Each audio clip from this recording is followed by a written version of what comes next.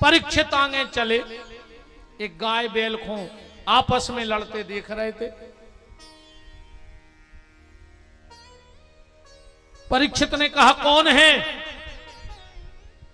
एक काला कलूटा पुरुष पीटने लगा, वो कलयुग था। दूतम पानम स्त्रिया सूनम, 4 जगह स्थान दो। परीक्षित ने 5वां स्थान दिया सोने में, स्वर्ण में। पहले जो आय व्यय लेन देन हो तो वो कागज के पैसों को नहीं हो, तो सोने के सिक्कों को हो। तो 5वां स्थान कलयुग का कहां है? सोना। मतलब अगर तुम्हारे घर में हराम का आ रहा है तो तुम्हारे घर कलयुग प्रवेश कर रहा है, और अगर राम का आ रहा है तो कोई दिक्कत नहीं।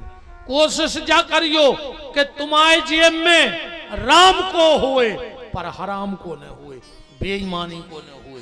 कैसे बेईमानी को कहूं फलत नहीं आ रही। हमने कई बार कथाओं में कही है जी में 4 से जे जा जाते हैं तो फलता ही न कहां।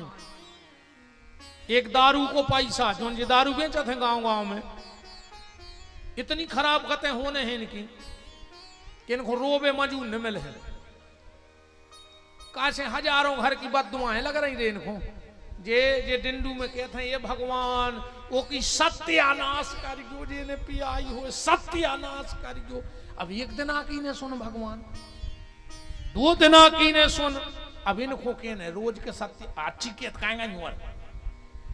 ये हम तुमरो की गलती नहीं मान रहे। तुमरो तो काम करी, दारू पी के यहाँ आवे, अच्छी भीतर की कुंडी लगा के ऐसी घुटी दियो करहाई में के हफ्ता खोचरे घर आई।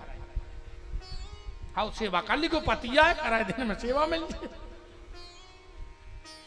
नहीं तो वो को बता पे कि हमें लोग आई न मारो।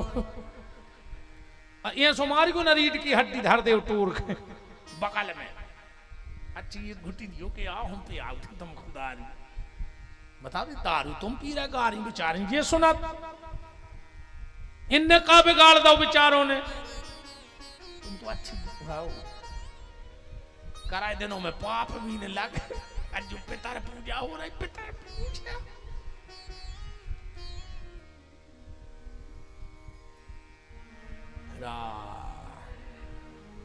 दारू को पैसा, मंदिर को पैसा, अजय जी ने खाओ हो सो खबर कर ली। भज्जा बांटन, मंदिर के पैसा खावे वालों के परिवार मिट गए। तन्ना गहराई से करो खबर, तुम्हारे पता पा जे सब। बत को कहत नहीं अब तुम्हें गांव में रहने से तुम उनकी कह नहीं सकत। अब पता तुम्हें पता है कि कौन कौन खाओ थे। ये गांव को ने हर गांव को सब पूरे गांव को पता रहते कि उनने खाओ है। मनो दबे गांव के सब आदमी से को कुछ नहीं कह पा रहा उनसे। मनो दिखात सबको है। भैया बांटन, गज्जा के नाव को पैसा जे समूह की गौशालाएं चल रही हैं, और जितने जे समूह में जुड़े हैं गन्ने मर रही भूखों, अब तुम पैसा निकाल के खा रहे। वंश मिट जे है रे, मर जे हो कीड़ा पर के, मर हो कीड़ा पर के। तुम्हारी ऐसी सत्यानाश उच्चे, जितने जे गौशाला के पैसा खा रहे हो समूह से निकाल।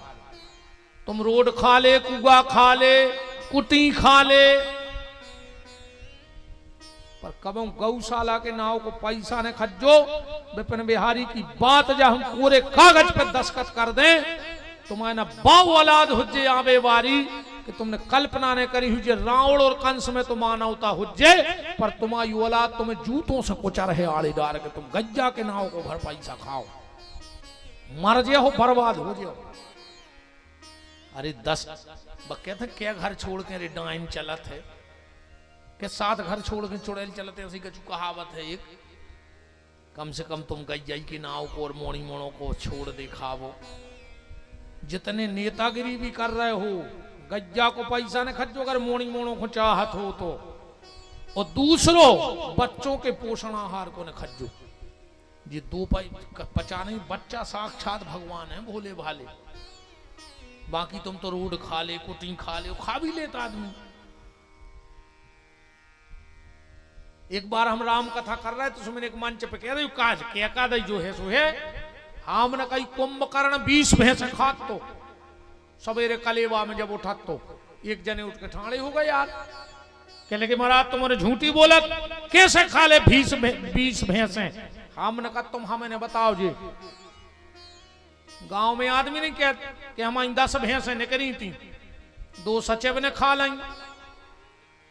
2 सरपंच ने खा लाई, 6 बची। अब बचाओ जब 2-2 भैंसें सचिव सरपंच खा रहे तो 20 भैंसें कुंभकर्ण नहीं खा सकते यार। अब और कछू हम कह नहीं रहे जो कछू आदमी कहते हैं। वृंदावन बिहारी लाल की हम कल से तो लिख के धरे हैं कि कराए दिन लगी हैं। गौशाला को पैसा ने खजू दद्दा हरो, बिटिया के ब्याह की दलाली ने खजो रे,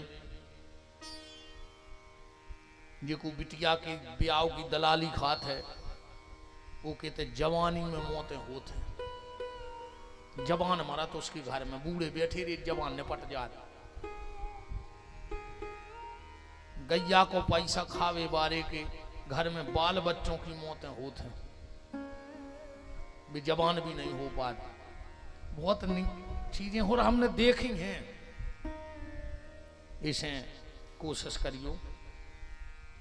परीक्षित जी गए, श्रमिक के गले में सांप डाल दो, श्रृंगी ऋषि ने श्राप दे दई, गोरमुख नाम की चीला ने बता दई।